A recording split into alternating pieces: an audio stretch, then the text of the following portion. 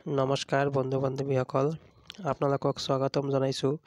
আৰু আপোনালোকে ইতিমধ্যে গম পাইছে যে BTC টিচাৰ ৰিক্ৰুইটমেণ্টৰ আজিৰ পৰা ডকুমেণ্ট ভেৰিফিকেশ্যন ষ্টাৰ্ট হৈছে। তো আজি ডকুমেণ্ট ভেৰিফিকেশ্যনত কি হ'ল, কি ডকুমেণ্টৰ প্ৰয়োজন হৈছে, আজি মোৰ লগৰীয়া কেইজনে ভেৰিফিকেশ্যন কৰি আহিছে। তেখেতৰ পৰা আমি শুনিছোঁ কি ডকুমেণ্ট লাগিছে।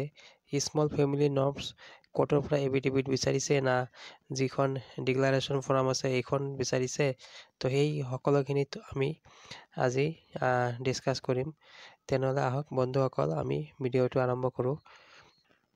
প্ৰথমতে ডকুমেণ্ট ভেৰিফিকেশ্যন 13 তাৰিখৰ পৰা অৰ্থাৎ আজিৰ পৰা 6 এপ্ৰিললৈকে চলিব আৰু ৰাতিপুৱা 10 বজাত এইটো।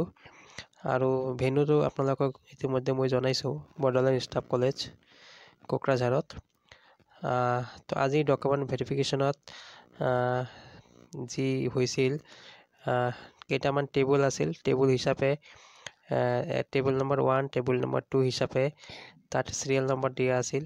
যেনিবা আপোনালোকে ইয়াতে স্ক্ৰীনত আপোনালোকে চাব পাৰিছে।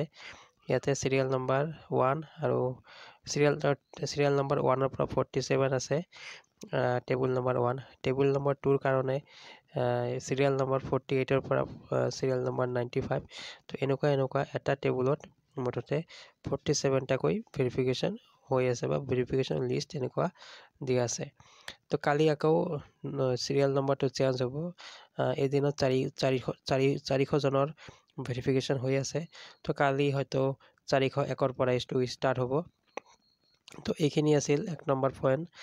আৰু আপোনালোকে ডকুমেণ্ট কি ল'ব, আপোনালোকে ডকুমেণ্ট যদি ল'ব যে আপোনালোকে এপ্লাই কৰাৰ সময়ত যিবিলাক ডকুমেণ্ট আপলোড কৰিছিলে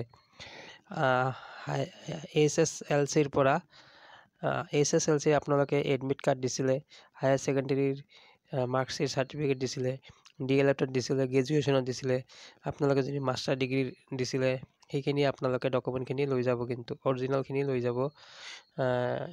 মুঠতে যিখিনি আপলোড কৰিছিলে সেইখিনি, যদি কাষ্ট চাৰ্টিফিকেট থাকে কাষ্ট চাৰ্টিফিকেটখিনি লৈ যাব। আৰু এটা কথা, আপোনালোকে কিন্তু এই ডকুমেণ্টবিলাকত চেল্ফ এটেষ্টেড কৰি লৈ যাব। আৰু এটা কথা মন কৰিব, আপোনালোকে যেতিয়া এপ্লাই কৰিছিলে তেতিয়া আপোনালোকে কিন্তু এটা এপ্লিকেশ্যন ফৰ্ম পাইছিলে। এই এপ্লিকেশ্যন ফৰ্মটো কিন্তু আপোনালোকে ল'বলৈ নাপাহৰিব। এইখিনি মাষ্ট বি, এইখিনি আপোনালোকৰ প্ৰয়োজন হ'বই। আৰু এটা আপোনালোকৰ মনত প্ৰশ্ন আছিলে যে এফিডেভিট স্মল ফেমিলি নৰ্মছৰ এফিডেভিট কোনটো বিচাৰিছে। তো এই ক্ষেত্ৰত মোৰ দুজনমান লগৰে মোক এনেদৰে কৈছে যে যিবিলাকে বিবাহিত মানুহ আছে বা বিবাহিত কেণ্ডিডেট আছে, তেখেতৰ কিন্তু কোৰ্টৰ পৰা এফিডেভিট বিচাৰিছে যে, আৰু যিসকলে অবিবাহিত তেখেতৰ কাৰণে এই যে আপোনালোকে এইটো স্ক্ৰীনত চাই আছে ডিক্লাৰেশ্যন ফৰ্ম, এইখিনি আপোনালোকে ফিল আপ কৰি লৈ যাব। ঠিক আছে।